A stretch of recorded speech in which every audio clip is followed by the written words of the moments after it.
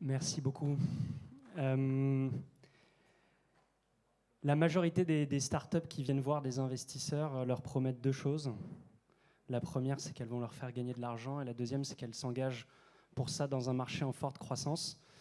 Ce que j'avais dit il y a 6 ans quand j'étais venu au West Web Festival, c'est que pour notre part, on promettait deux choses à ceux qui mettaient de l'argent chez nous. La première chose, c'est que l'argent qu'ils nous confiaient, ils ne le reverraient plus jamais. Et je peux vous dire que cette promesse, on l'a tenue. La deuxième chose qu'on leur promet, c'est qu'on s'engage sur un secteur qui est en décroissance structurelle depuis des décennies. Et en fait, le toboggan s'accélère là, ces dernières années. Donc ça ne change pas. Alors notre secteur, c'est quoi ? Pour répondre à cette question, je vous propose de revenir 18 siècles en arrière. Et je me suis demandé en venant ce matin, qu'est-ce que se disaient les gens qui vivaient entre 314 et 325 de notre ère ? Est-ce qu'ils avaient conscience qu'ils étaient en train de vivre un de ces moments où l'histoire du monde change définitivement ? Entre 314 et 325, le christianisme était un mouvement dynamique, certes, qui s'était installé autour de la Méditerranée, mais qui était largement minoritaire, certainement pas majoritaire. Entre 314 et 325, l'empereur Constantin, celui qui va donner son nom à Constantinople, la ville qui aujourd'hui s'appelle Istanbul, cet empereur fait deux choses absolument majeures. La première chose, c'est qu'il réussit à réunir la partie occidentale et la partie orientale de l'Empire romain. Franchement, c'est un fait politique important, mais on s'en fout complètement pour ce que je vous raconte, donc je ne sais pas pourquoi je vous l'ai raconté. La deuxième chose qu'il fait, et ça c'est vachement important, c'est qu'il va adhérer personnellement à la foi chrétienne, mais plus profondément que ça, il va décider que tout son empire, tout le monde allait devenir chrétien. On le souligne assez peu, mais c'est à lui qu'on doit d'avoir un continent qui est peuplé d'églises. Je pourrais vous faire un cours de l'histoire de l'Europe en vous parlant de ce qui s'est passé entre les années 314 et 325. Je ne vais pas le faire parce que ce n'est pas mon sujet ce matin, mais quand même, vous pourrez dire à tous les identitaires et les nationalistes de tout poil que c'est parce qu'un homme est né aux confins de la Serbie actuelle, qui était empereur à Rome, alors que l'idée même de la nation française n'existait pas et que son État n'était même pas en germe. C'est à cause de cet homme-là et d'un texte qu'il a écrit dans tout l'Empire en 324 que tous nos villages ont en leur centre des clochers. Alors, ce qui s'est passé dans ces années-là, c'est ce que Stefan Zweig appelle une de ces très riches heures de l'histoire de l'humanité, quand, en quelque temps, le cours des choses, le cap du monde change définitivement de manière irrémédiable. Et 18 siècles plus tard, nous nous trouvons ici. Qu'est-ce que nous pouvons dire de ces 18 siècles où le monde a été chrétien, alors que nous sommes la génération, la dernière génération, qui est née dans ce monde-là ? La première chose que l'on peut dire, c'est qu'au nom de la foi, pendant 18 siècles, des horreurs innombrables auront été commises. Des pogroms à l'Inquisition de Torquemada, des oustachis croates, aux abus en tout genre, jusqu'aux velléités actuelles de l'État russe. Toutes les conneries, toutes les pires abominations auront été faites au nom de la foi. Et c'est un chrétien qui vous le dit aujourd'hui. La deuxième chose, et je crois ça profondément, c'est que le christianisme a semé depuis 1800 ans une idée simple dans la tête de toutes nos sociétés. Une idée que l'on peut lire sur la première page des manuscrits bibliques qui se lisent en hébreu ou en grec. Et au verset 27, il est écrit « À l'image de Dieu, il les créa, hommes et femmes, il les créa. » Et cette vérité essentielle a révélé à la conscience de nos sociétés que chaque personne avait une valeur absolue et que nos états de droit devaient défendre à la fois nos libertés individuelles, creusées de toute création, et le respect de nos droits les plus fondamentaux.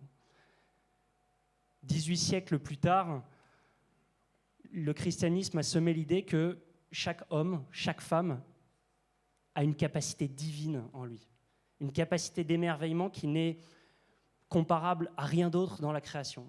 Et cette capacité, les artistes de tous les temps, de toutes les époques, l'ont magnifiée, que l'on pense au poème de Victor Hugo, ces vers que chacun connaît.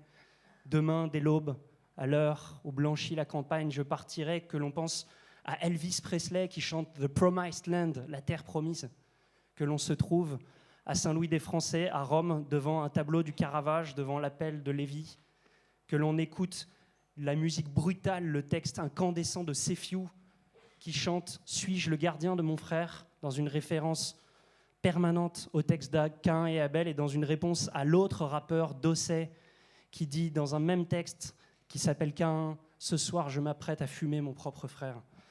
Tous les artistes de toutes les époques ont interprété les écritures bibliques. Et bien qu'on ait commis les pires horreurs, il nous revient à nous aujourd'hui de reprendre le manche pour ne laisser à personne le soin d'instrumentaliser ces écritures.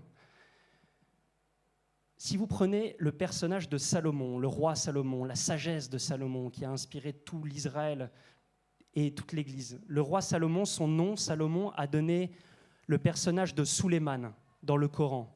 Et si l'on regarde la figure de Suleiman, Salomon, Suleiman, vous entendez cette même racine qui a été vocalisée de manière différente, eh bien on s'aperçoit que d'autres ont pris ces écritures comme un pont pour écrire d'autres textes. Est-ce que vous saviez qu'il était absolument impossible pour les musulmans et pour tous ceux qui s'intéressent au Coran de lire ces textes sans une référence claire, précise aux traditions juives? On ne peut rien comprendre du Coran et de certains de ces passages si l'on ne connaît pas Rabbi Akiba, qui écrit au 1er siècle, ou le Targum Péchi, qui nous commente ces textes-là. Comment je le sais?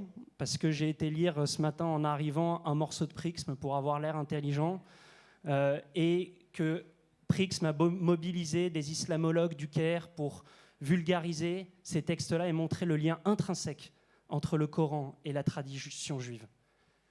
En lisant Prixme, vous pouvez vous apercevoir qu'il est absolument impossible d'être chrétien et antisémite.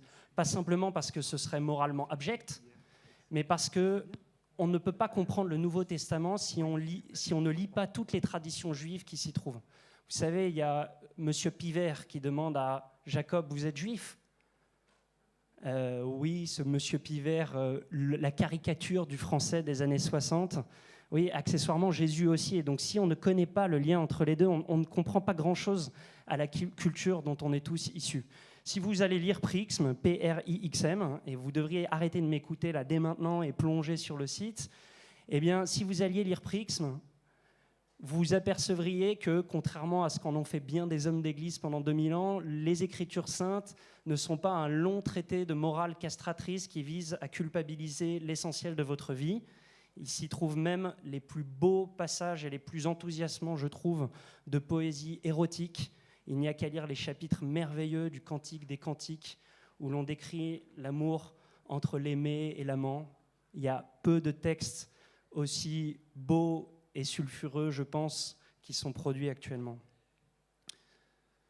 Prixme, c'est quoi ? Historiquement, c'est une newsletter qu'on a lancée il y a un peu après le West Web Festival. Il y a 6 ans, on était vraiment venus avec rien, parce qu'on n'avait même pas de marque. Et donc déjà, je vous remercie de nous avoir invités ce matin. C'est une newsletter gratuite que vous pouvez retrouver dans votre boîte mail. Alors pourquoi, qu'est-ce qu'on fout ce matin au West Web Festival? Je vous laisse le soin de poser la question à Ronan, à Sébastien, à Alexandre. C'est eux qui m'ont invité. Moi, je suis juste venu parce qu'il y avait des bons concerts ce soir et que je suis content de vous rencontrer aujourd'hui. Prixme, en fait, notre vrai nom, c'est Prixme Bernardin. Pour créer ce média, on s'est associé aux meilleures institutions universitaires et particulièrement le Collège des Bernardins à Paris, qui est ce lieu incroyable, un lieu cistercien du XIIIe siècle qui est niché en plein cœur de la capitale. Et vous pouvez croiser certains soirs Gad Elmaleh qui vient prendre un cours de culture biblique, un rabbin qui vient donner un cours sur le Talmud. Notre but, c'est d'offrir des belles expériences autour de ces textes-là. Et notre dernier bébé s'appelle Retreat. R-I-T-R-I-T. Retreat, c'est un site sur lequel vous pouvez réserver une expérience de retraite spirituelle dans une abbaye ou un monastère. C'est 3 jours en silence là-bas vous permettent de franchir les portes d'un autre monde et d'être immergé dans le temps des siècles précédents. Et c'est une expérience qui peut être assez inspirante. Voilà. Nous, aujourd'hui, on fonctionne grâce au mécénat. C'est grâce aux dons de tous nos abonnés à Prixme, de nos grands mécènes qu'on continue à fonctionner. S'il y a des gens qui ont envie, là, vraiment, ils se sentent de me faire un chèque aujourd'hui, mais qui n'hésitent pas, il faut qu'ils viennent me voir, libérez-vous, je suis là, on peut en parler, moi ça me fera plaisir, ça vous fera plaisir, donc j'ai pas besoin de prendre une crêpe avec vous pour ça, vous pouvez venir me voir. Et pour nous aider à continuer une aventure qu'on a commencée il y a 6 ans, mais qu'en fait, et je vais finir par ces mots de Boaz Yakin, qu'on a commencé il y a probablement plus de 2000 ans, et il y a quelques milliers d'années à Jérusalem, dans ce que Boaz Yakin décrit comme un petit hameau perdu au milieu du désert, insignifiant économiquement et stratégiquement, et pourtant qui constitue une source d'inspiration sans équivalent en matière de rêve et de passion, un nom mélodieux qui évoque un monde intérieur que tant cherche sans jamais le trouver, une vérité qui a échappé à la vaine emprise d'interminables cohortes de soldats, de rois, de prophètes et de savants.